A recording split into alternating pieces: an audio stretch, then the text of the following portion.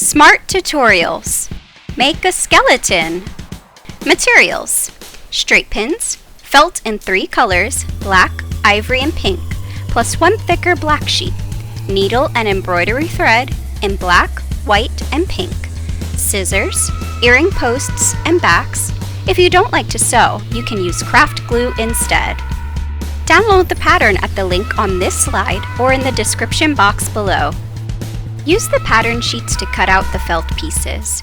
You can use straight pins to secure the pattern shapes to the felt, then cut around the outlines. Use the thick black felt for the pieces on the left-hand side. Use a thinner black felt for the pieces on the right-hand side. Start to sew. Sew the eyes and nose to the skull top first, then sew the 2 skull pieces to the background. Place the ivory bone pieces on the black backgrounds and pin down.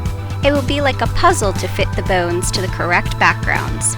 Sew the bone pieces to the backgrounds using small close stitches with black thread.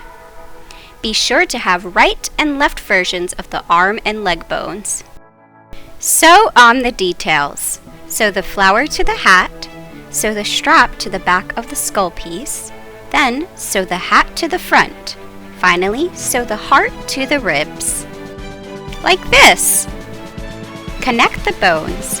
Use the earring post to connect all the joints. You can use either the metal or plastic backs to secure the posts. Fit the 2 leg bones together for left and right legs. Use your needle to poke a hole through the joint. Push the earring post through the hole and secure it with the metal or plastic back. Do the same for the left and right arm bones. Next, attach the arms and legs to the rib cage and pelvic bone. Attach the head and you're done!